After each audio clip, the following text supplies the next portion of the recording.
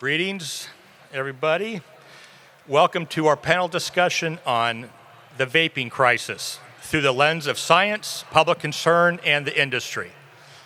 That's the title. It's a long title, but the goal in the next hour is to shed some light on this controversial topic and hopefully turn down the heat just a little bit. A lot has been said and written about the vaping epidemic. The CDC tells us that there are roughly 1,500 lung injury cases associated with vaping. There are victims in 49 states, and 33 have died. Those are the facts.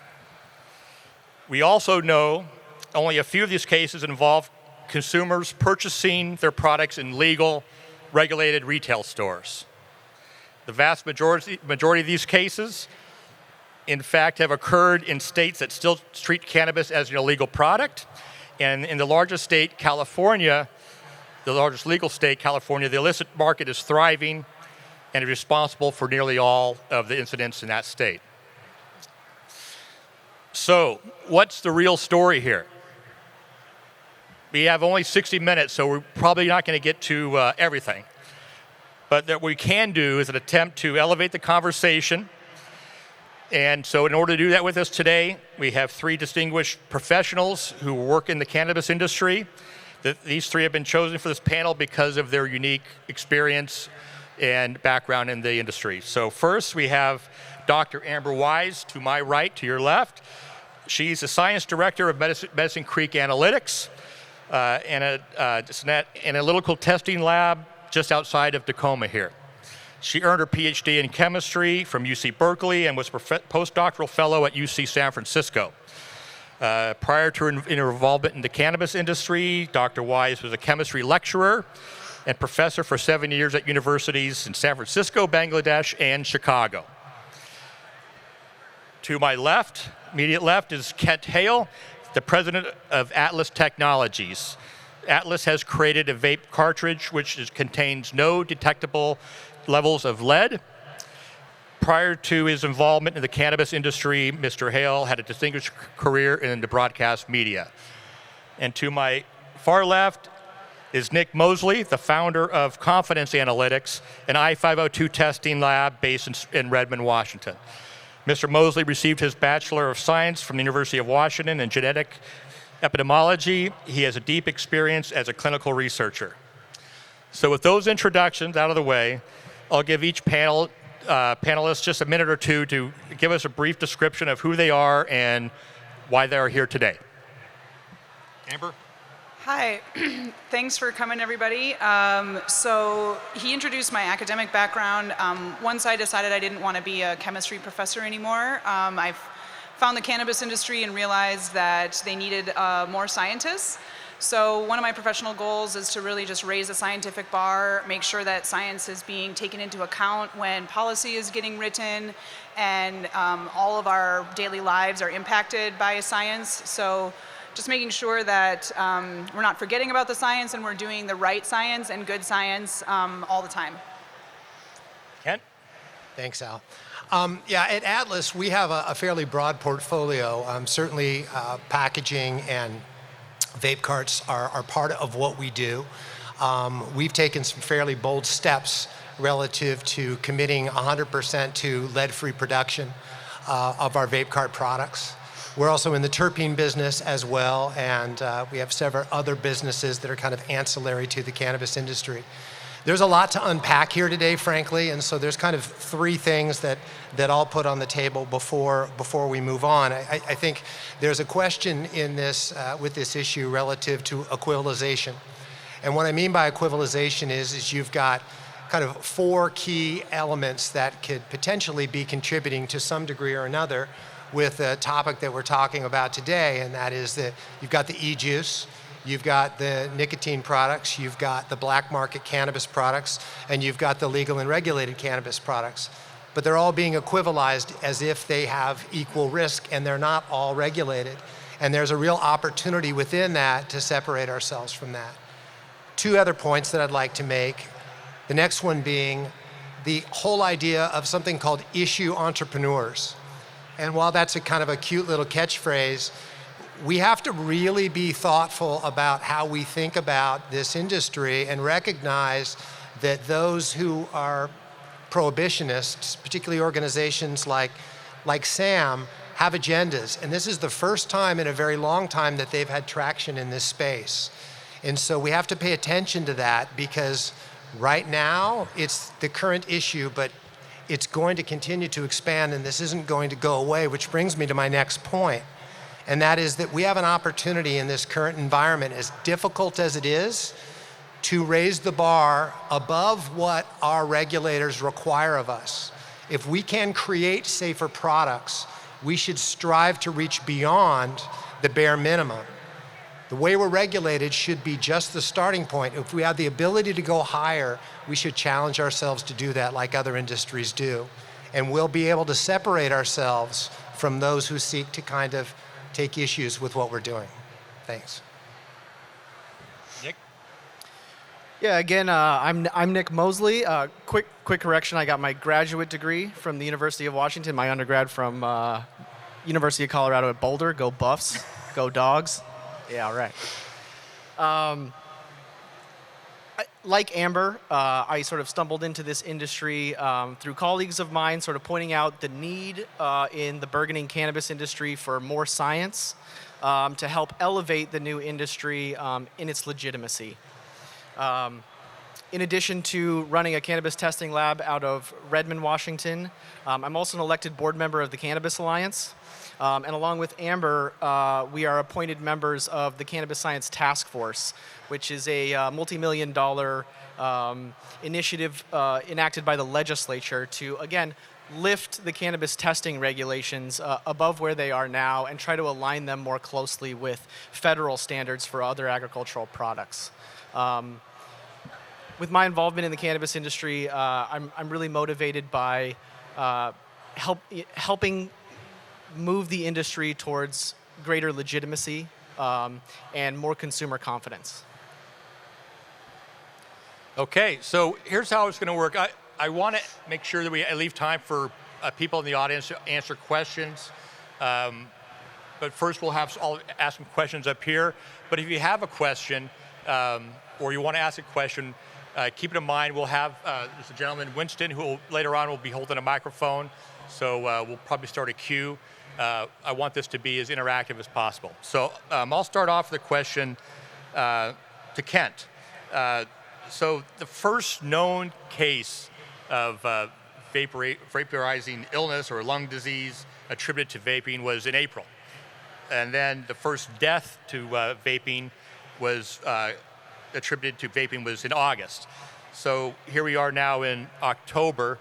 Could the industry have done a better job responding to the story when it first broke, do you think?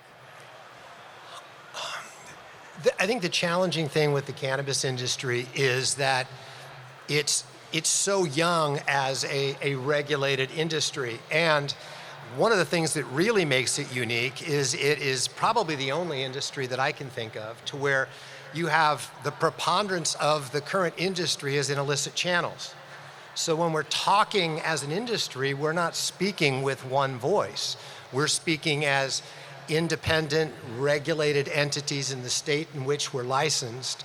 And we also have products that have the same base ingredients, but don't have the same operating standards that are available in all 50 states, including legal states. And so I think that's one of the things that makes it really difficult to say, what do we do as an industry? Because I think many of us here feel like the other side of the cannabis industry, being the illicit side, while it's not completely clear, we don't have all the answers, certainly may be more responsible for the issues that we're all dealing with right now. And so it's really hard to answer that question effectively.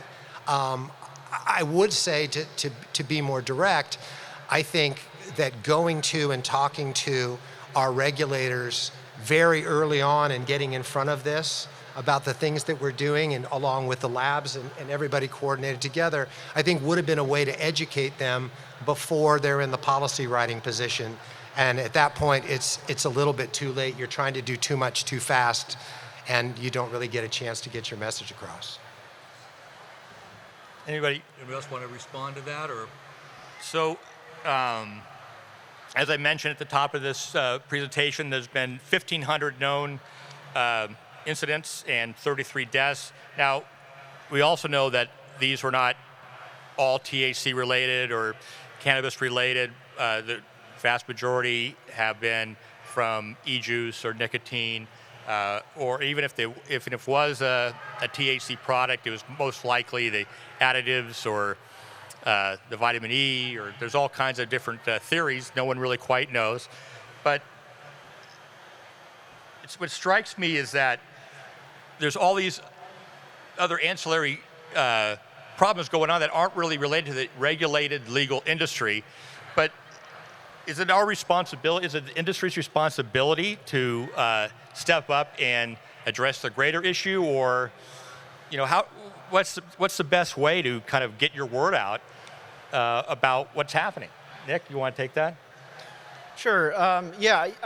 I think it is the industry's responsibility, and really more than that, it is in the industry's best interest to get out ahead of this.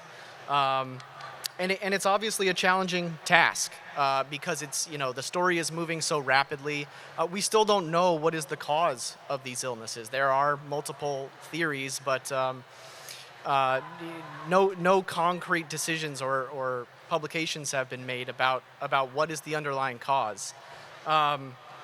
You're right that the industry has a lot more embedded knowledge about what happens in our cultivation and in our manufacturing and in our lab and in our distribution, that we really do best for ourselves if we try to get ahead of the story and make sure the regulators understand what it is we're seeing in the field so that they can better form policy decisions.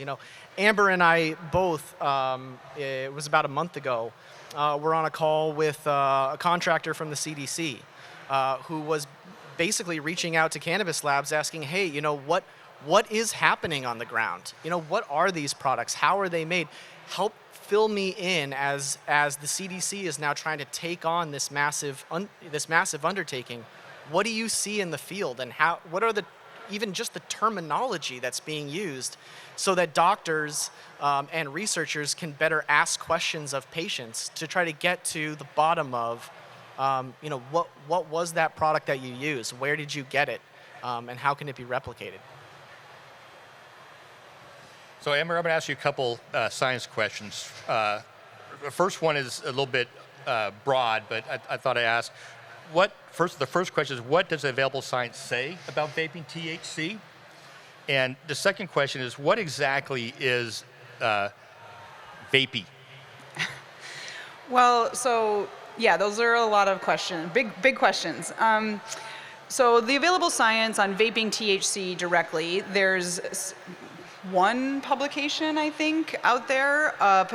It's very difficult to research this in an academic setting. The vast majority of academics are not able to have any actual cannabis in their labs. And academics and government labs are typically who do peer-reviewed publications and journal articles that the science community often thinks of as, the be-all and end-all of what research is. So there's essentially zero publications directly about vaping THC. Certainly humans have been combusting and vaping cannabis products for thousands of years. So I don't think that it's the THC directly that's causing this. Certainly we would have seen this a long time ago. But is there a danger to the consumers? Again, we don't know what's causing this particular issue. It could be the cartridges themselves. It could be the cutting agents. It could be the flavorings. It could be all 3 or 4 different things that are causing these. The more data that comes out, it seems that it could potentially be different types of things that are triggering these lung problems. So it might not even be one specific cutting agent or one specific flavor. I think if it was, we would know by now. When I agreed to do this panel, it was weeks ago, and I thought we would have a lot more answers by now, and we really are at the same place we were a month ago, 2 months ago, in terms of knowing what's causing it. But I think in terms of consumers, Is there a danger? Potentially, yes. People have died from this already. And so I can't say that there's zero danger, but knowing the kinds of products that you're buying, and knowing the manufacturer, the company that's making them, and if you're a producer processor, if you're able to communicate what exactly your process is and being transparent about what you put in your products, that's going to make people trust you all that much more. And what is this vaping-associated pulmonary illness? Oh, right. So the illness itself is, they're not actually sure. Some people seem to have lipoid pneumonia, which is caused from inhaling oil droplets. Some people seem to have chemical burns in their lungs.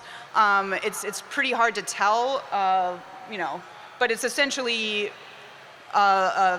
you're critically ill to the point of needing breathalyzers. You're in the hospital, a breathing machine. You're in the hospital, some people have actually died, some people have come back and recovered, but it's, pretty serious actual illness.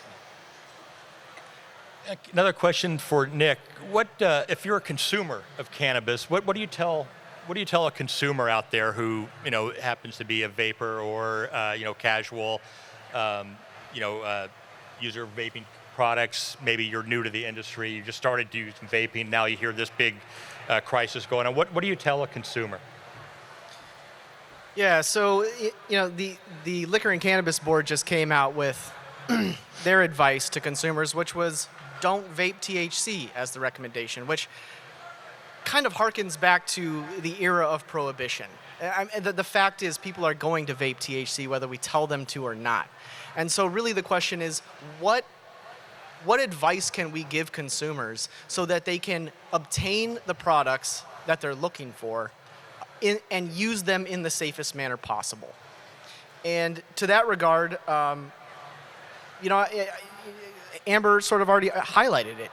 Purchase products from sources that you know and trust. Understand what claims are being made on the product package, on the advertising for the product. Do just a little bit of homework, even just asking questions of your bud tender. What products can I trust? At the end of the day, the vast majority of the illnesses seem to be stemming from illicit cannabis products. So probably the number one recommendation to a consumer is purchase legal cannabis products to your best ability. I think consumer confidence in our industry is eroding very quickly right now. And as cannabis brands, we really need to be putting a lot of effort into, ensuring that we're doing our due diligence in providing clean and safe products, and also providing messaging to the consumers that helps to reaffirm the fact that we really are here to do this right, that we're trying to produce clean and safe products. I think we have a duty both to manufacture and to message cleanliness and safety. And so that's a good point about the messaging. I know that there's been a lot of stories in newspapers and online and on nightly news about this crisis. I think the story gets kind of twisted a little bit. They kind of conflate, to Kent's point, all these different points into one story that is really incomplete. It doesn't tell the story. So, Kent, how do you recommend getting the message out? How does the industry, I don't really say fight back, but how do you engage mainstream media into telling a real full story? It's challenging because the prohibitionists, the critics, are getting a lot of airtime right now, and probably a lot more than they deserve. And they've been really successful at getting the word black market eliminated from a lot of the descriptions. You'll see a story that's written about someone that is ill, which is unfortunate, but the most number of cases are in places like Texas, in places like Illinois, which we all know are not certainly legal markets. But it is few and far between where you see someone even attempting to make the connection that those are illicit channels that those folks were purchasing in. And so again, speaking with one voice, it's really everybody's responsibility to work through our associations to make sure that the messages are getting out about the things that we are doing, the testing standards as well. But I'll go back to something that I said earlier. I think it's about raising the bar. It's not accepting the minimum standards that we have set for us by regulators. I'm not suggesting self-regulation, but if we have the ability to set the bar higher, and whether it be a vape cart or whether it be everything in the supply chain that we're working with, we have a fundamental responsibility to put the safest possible products in the hands of our consumers. And I think we have to ask ourselves questions, as we all have pressures on operating costs, about the decisions that we're making. But I think adopting a lead-free standard is a very visible thing that the industry can do relative to vape carts. That's a mark that can be hit. Products can be created that hit that mark. Atlas has done it, and others can as well. And that would be a very prominent, visible step that I believe that the industry could take as a step forward. You know, we have standards in states that allow for the presence of lead, and I don't think that we should accept that as something that's okay. I think we can reach higher, and I think opportunities of challenging periods like this are where we really can strive to make significant impacts, as difficult as it can be to do it at the time. So the inhaling of heavy metals, no matter how small, is simply unhealthy, correct? So why do you think the industry hasn't taken that step yet? I mean, it's apparent that it's possible to have lead-free cartridges or just trace amounts. So what's stopping the industry now from making that a reality? I mean, look, this is my opinion. I mean, it's a new industry, and I think most of the major players are working as hard as they possibly can to produce the best possible product. And they're making adjustments relative to standards. And, you know, we saw that happen. There was standards of certain carts, and then California came out with tougher standards, and the manufacturers adjusted and adapted. So I think right now, everybody's trying to do the right thing. I'm certainly not denigrating any of the competitors of Atlas. They're producing products that meet a standard. So we should be setting the standard. If we think that lead is inappropriate, if we think certain heavy metals are inappropriate, if we think we can do better, then we have an opportunity to do that. But I think it's a new industry, and folks are manufacturing products to the specifications that they're required to as a first step. How many, show of hands, how many people are bud tenders or have been bud tenders in the past? Is any bud tenders out there? So there's a few, handful here. So, Amber, maybe you could take this question. What do you tell bud tenders to tell their consumers? I mean, the bud tenders really are the real point of contact for this industry. And so they have a big responsibility, really, if you think about who they are and what they do for the consumer. So what advice do you give them? I mean, they don't get to buy, they don't get to purchase the products, but they have to sell them. So Right. What kind of advice do you give them? Well, we do have a couple rules that we can fall back on in Washington State. The retail stores, well, it comes down first to the producer processors, need to provide test results to the stores when they deliver product, either electronically or in paper form. Those stores need to provide those test results to clients if they ask. So that's one way to start the conversation, is we can look at test results. There's lots of companies that are doing pesticide testing and heavy metals testing that are happy. You know, most of the time if they pay for those tests, they're happy to share the results of those tests. They're not required by law to share the pesticides and heavy metals testing unless it's a medically compliant product. But most people who are paying for those extra tests will more than happily share those results with people who are interested. So that's one way to start, by just looking through the products you have at the store and seeing what sort of test results are included. It's important to know that it is required also to put what other ingredients might be in the product on the label. And so that there's banned pesticides, which no one is allowed to use at all, and then there's allowed pesticides that are allowed to be used on cannabis, and those should be listed on the package if they were used. So there's already some safety things in place that bud tenders can look to. But asking questions of whoever's dropping off deliveries from the producer processor itself, asking questions of the company directly. I mean, all the companies have websites at this point, and most of them are happy to communicate what their process is about or what their products are about in a deeper level beyond just the sales pitch. So I think just asking questions, digging a little bit deeper into the paperwork that should already be available is a good place to start. So, Nick, you said you've spent some time, you and Dr. Wise, on working with regulators and trying to educate them. Do you think, well, let me just ask you a real blunt question. What do you think about Washington's, Jay Inslee's rule that came out 2 weeks ago about how Washington's going to handle this epidemic? What's your take on his Well, I don't think that prohibition is a good avenue towards reaching better health outcomes. I don't think, to me this kind of just feels like prohibition 12.0, and it doesn't feel like the most thoughtful mechanism for reducing the public harm that we're seeing.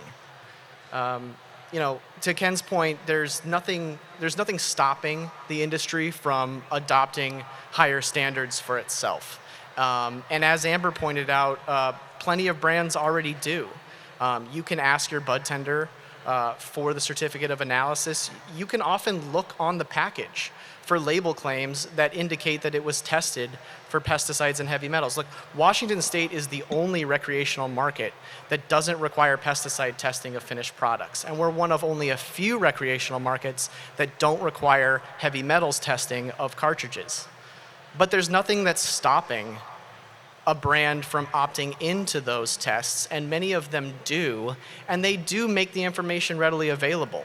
Our lab runs a voluntary program called the Tested with Confidence program. It's a label mark that goes on the package that's only available to brands who have made a pledge with us to test all of their finished products for pesticides. This is voluntary, but it's available, and I think increasingly it's visible. I know there's a lot of oil manufacturer companies out there, and the most that I've talked to, have done a great job keeping their products safe and healthy. Is there anybody in the audience that is an oil manufacturer that I can see? There's a few. And so I would imagine that your business has taken a hit since this summer. Kent, I'm sure your business has taken a little bit of a hit since this whole thing came out. What do you do? Let's don't talk about what happened. Let's talk about what will happen. This seems like a good, if you want to look at it as take the rose-colored glasses, put them on, it seems like an opportunity here. It seems like we've reached a moment of a crossroads where the industry can take this as an opportunity and make some changes. So where do you go from here as a company? Well, I mean, it's certainly been a challenging time. I mean, we're growing and we're adding lots of customers with what we're doing on the lead-free side. But even with that, people have seen volumes slow down, and so that's a challenging environment. We have a terpenes business, terpenes.net. Haven't sold a lot of terpenes in the state of Washington in the last 3 or 4 weeks, or in Oregon, but we'll work through that. I mean, that is driving us towards some things we were talking about before we came up on stage. I mean, we're looking at what options are available from cannabis-derived terpenes, but more specifically in the hemp space. Where are there potential options for us to explore working in that avenue and understanding to the extent that presents an opportunity for us.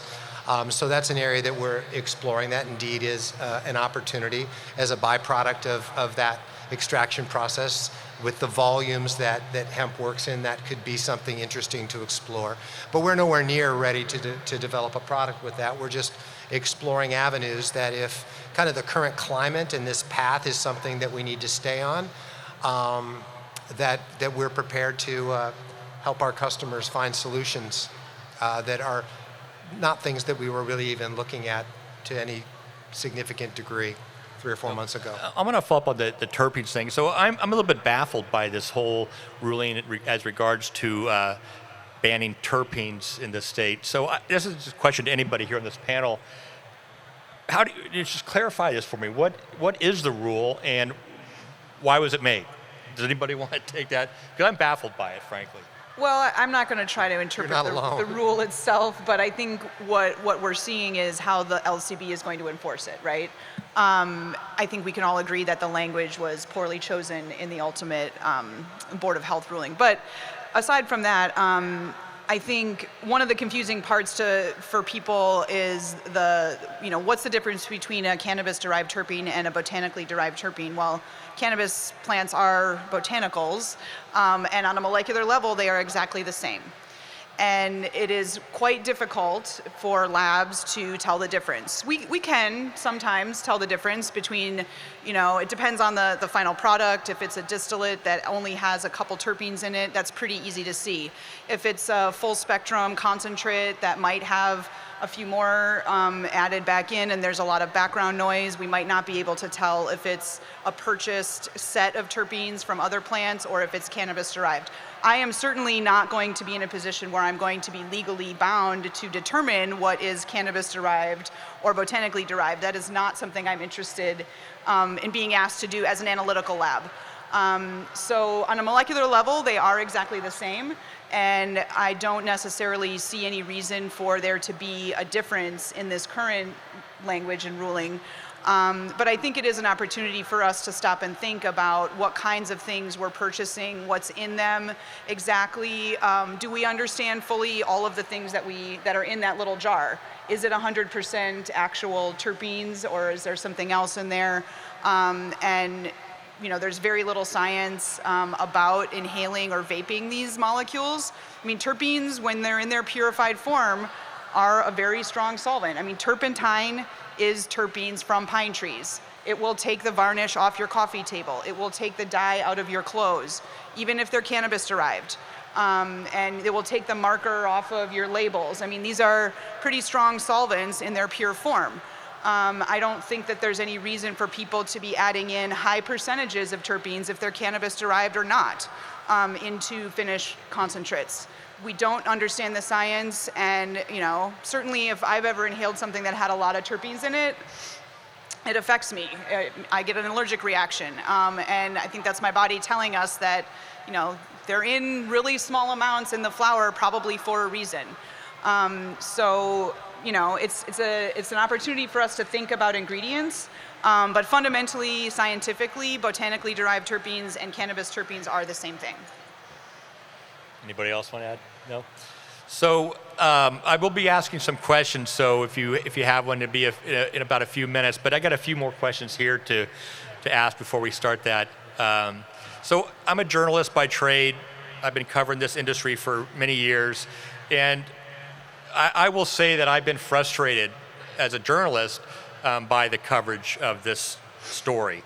As Kent points out, this whole idea of, for a while there, it seemed that the black market, it was like some kind of a template paragraph or sentence in these stories that this was a black market issue, or this is from illicit markets, and somehow that language kind of disappeared in a lot of national media. I know here in the state of Washington, the media tries to do a pretty good job. Most of the reporters have at least a fundamental understanding of the issue. I think nationally, where most of the news comes out of New York, they're just really in a bubble out there and really don't understand what's happening on the ground. You can't report the story from Manhattan. It's just not possible. I will say I've been getting a lot of, I don't know, how many people in this room ingest their media online? Most people, I think. Anybody just still get a newspaper? There's some newspaper people. TV, where's the TV people?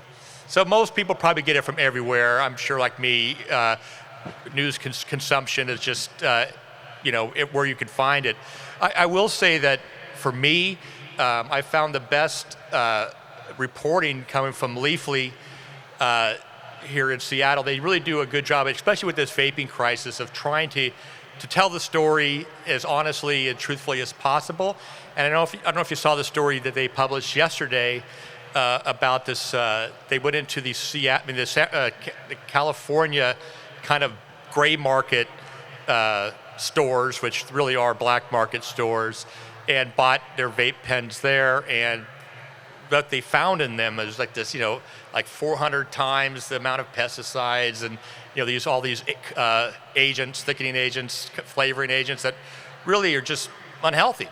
And so, it's frustrating for the legal market to really put a damper on that kind of thing. But I think that's the opportunity that this industry has, there is a story that is just not being told.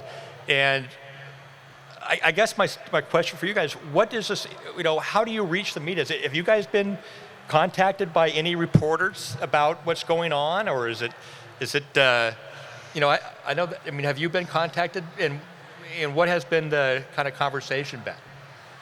I have declined most requests for interviews. Have you been getting them? Yes, not a ton. I have been asked by a couple different journalists to comment.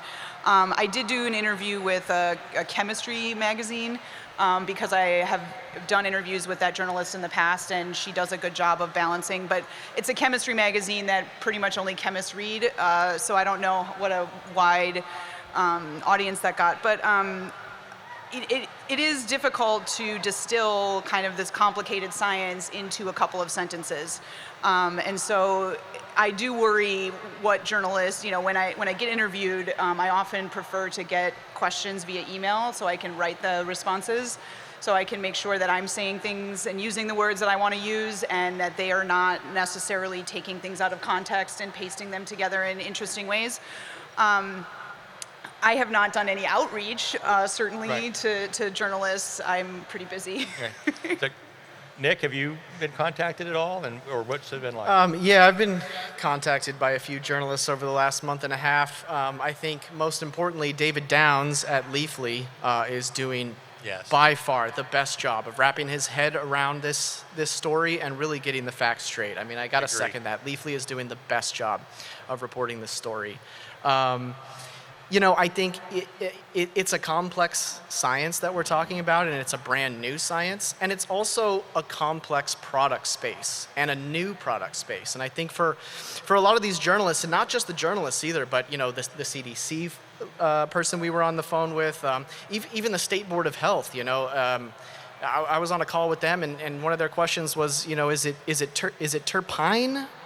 And that's the level of understanding that I think the majority of America has about the product space that we're living in. And while a lot of these terms and a lot of the ins and outs are very familiar to us because we're embedded in it, the vast majority of Americans really don't understand what we're dealing with. So I think that makes it difficult for journalists, it makes it difficult for regulators, certainly, and it makes it difficult for researchers. Kent, have you had any dealings? Especially somebody who comes from media. No, not particularly, but I think this has been well said. I think it's very new in a lot of ways, and so, yeah, there's not a lot of hard and fast facts to kind of put our imprint on. Hamilton, are you out there? Hamilton? Huh? No, not Hamilton. I'm sorry. I'm sorry. Winston. I'm sorry. Hey, Winston. So Winston has a microphone here. If any questions, come up to the microphone. If not, I'll just keep on asking. But I'm sure there's somebody here with a question. Nobody? All right. So I'll keep on asking him then. So we've talked about the regulators. We've talked about the media. We've talked about the industry. But a lot of these, like we said, a lot of these incidents are happening in black market states or states that are still have not legalized cannabis. So it's hard for the industry to kind of take a stand when they're not even in those states, right? It's kind of like, it's your problem because you get the impact, but there's not really much you can do. So how do you address this? I mean, what can you do to stop the noise on this stuff? I mean, is it just nothing you can do? Well, I mean, look back, only 6-7 years ago in Washington State, recreational cannabis was still illegal. And that's still the case in more than half of the states in this country.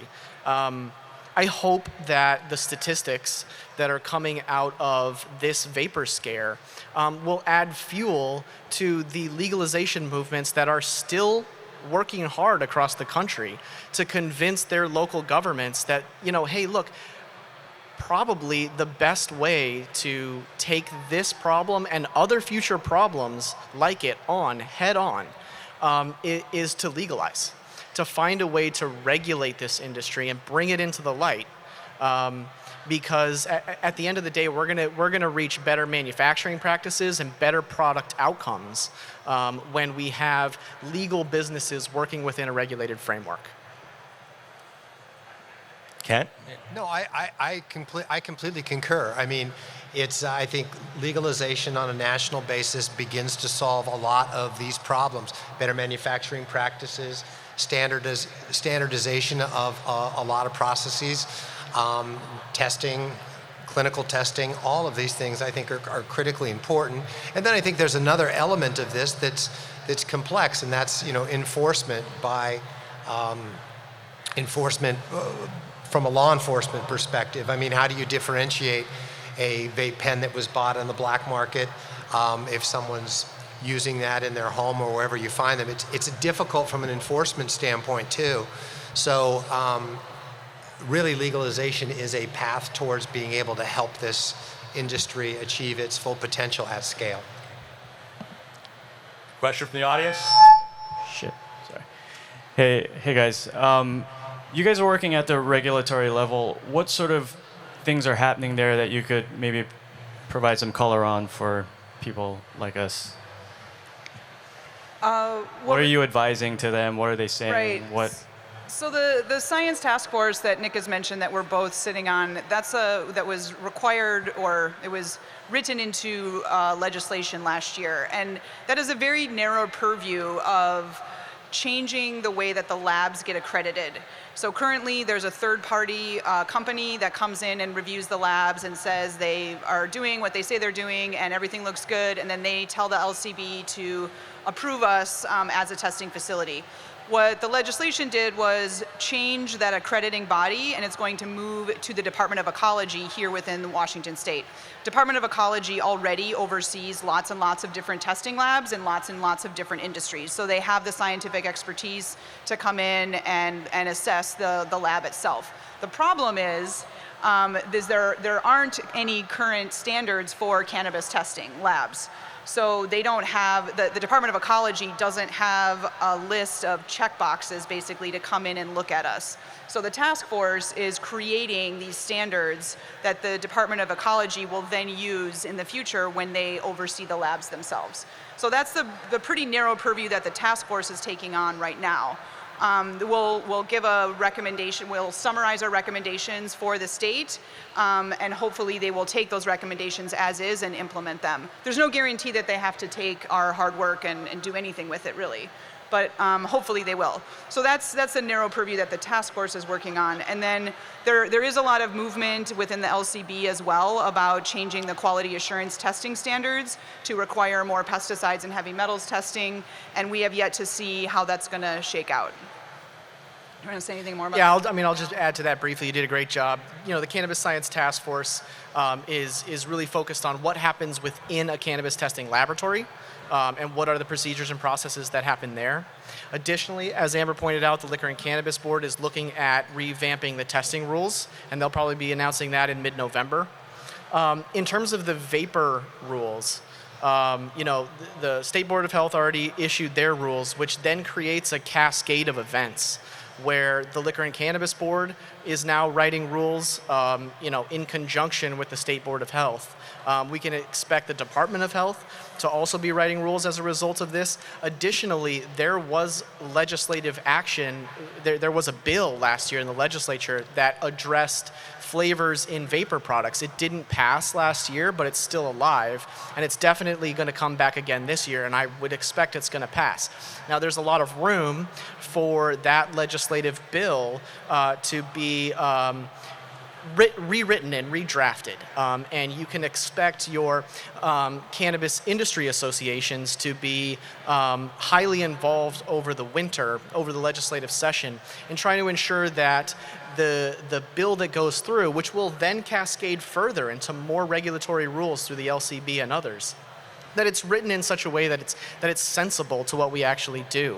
It was highlighted earlier that within the idea of vaping, there really are at least 4 different groups of entities that are creating vapor products, right? We're not all making the same stuff. There's nicotine vapor products, there's cannabis vapor products, there are illegal products as well. And again, I'm a member of the Cannabis Alliance, one of the largest industry associations here in Washington. And what we're really trying to drive home in Olympia is the idea that these are separate industries with separate concerns. And if you're going to write rules about vaping, you need to consider cannabis vapor products as a separate concern from nicotine vapor products, because they really are different and they deserve different considerations. Yeah, and I would add one more thing. We talked about associations, the Cannabis Alliance and WACA. I would encourage everybody here that you should support those organizations. And you don't have to be members of both, but you should be members of one or the other and get actively involved. I mean, these groups are great. They're advocating for us all the time. They're going to be the groups that I think are going to have the highest impact on what ultimately ends up happening after this 120-day period. And so I would encourage everybody here to get involved in one or the other and get actively involved, because it gives you a seat at the table and it gives you an opportunity to participate. And they are doing really good work on behalf of us, but they can only do as much as the funding that comes along with the memberships can provide. And so again, I would encourage the Cannabis Alliance and also WACA. Both are very, very good. Yeah, the Cannabis Alliance and WACA both have booths here. I don't know about WACA, but Cannabis Alliance has a $10 membership for bud tenders. We need numbers. We do need funding, and every dollar helps.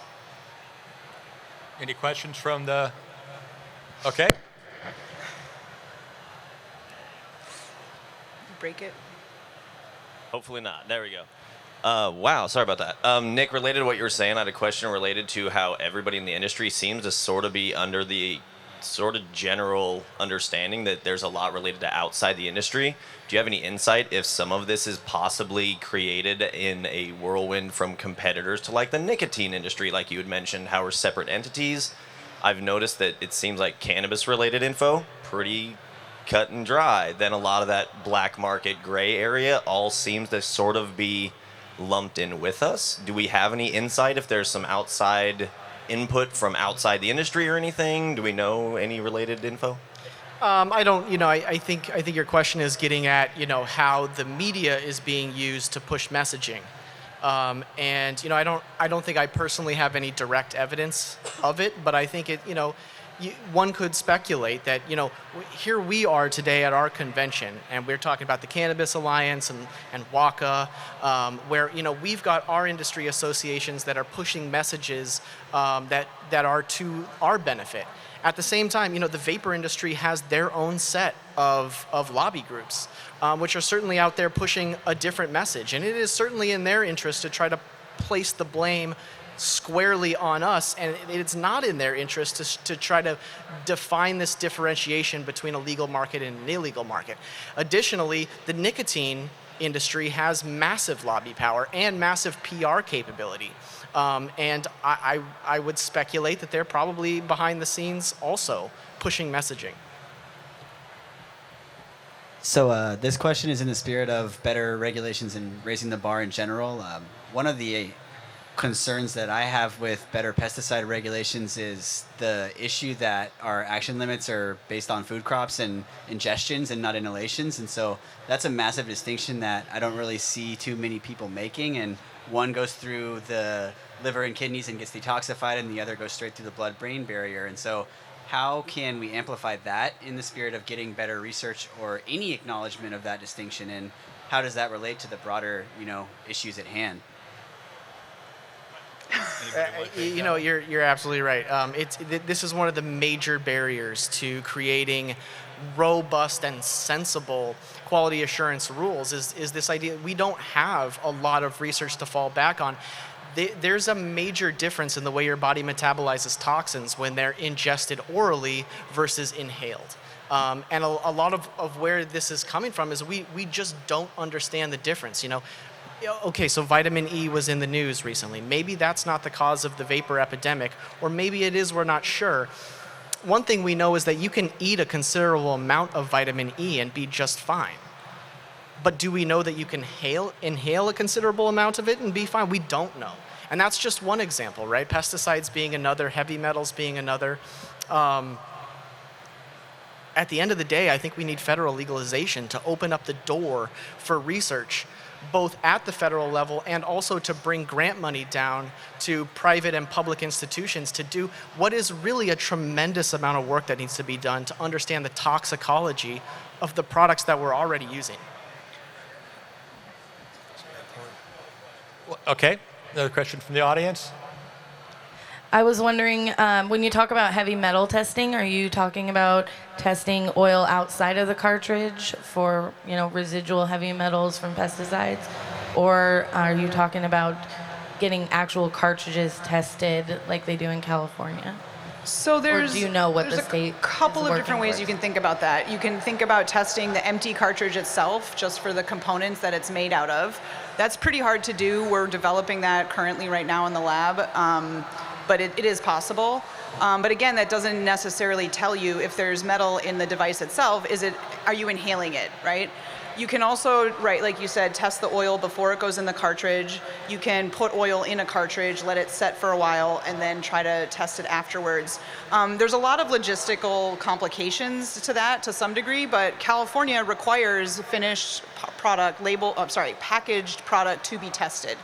From an analytical lab's point of view, it's actually pretty hard to open up those cartridges and get enough oil out, but it is possible if you give us enough cartridges that we can get enough oil out to test.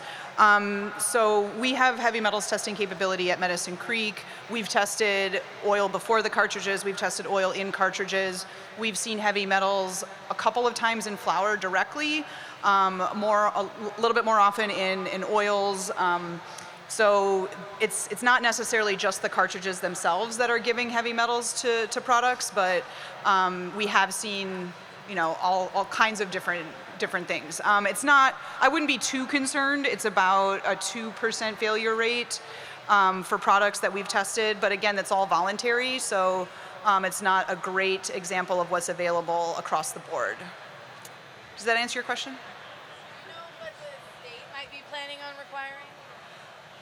We don't know what the state is planning on requiring or when they're going to implement that. I've been waiting for over a year to hear. And Thank you for having this conversation. It's critical for consumers to have this information. To Amber and Nick, since you get to see failures of product, as a consumer, if you're going into the store, what are 2 questions that you want to know about the people who source the product? Or what are 2 questions about that product you're going to ask before you buy the product?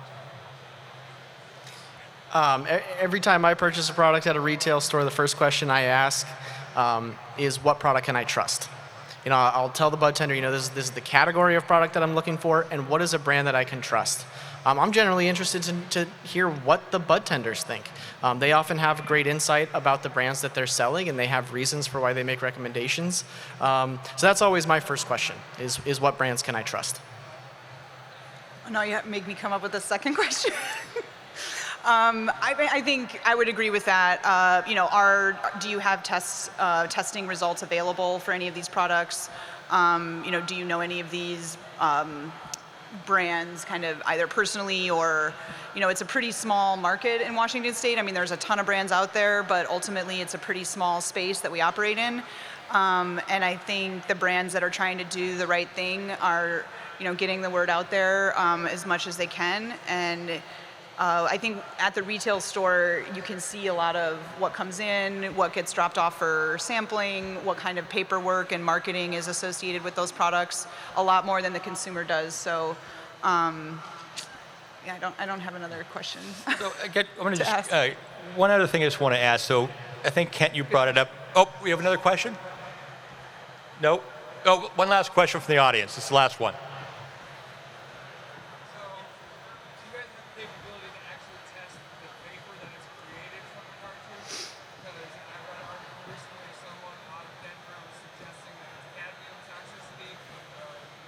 Right. So I'll repeat the question. Yeah.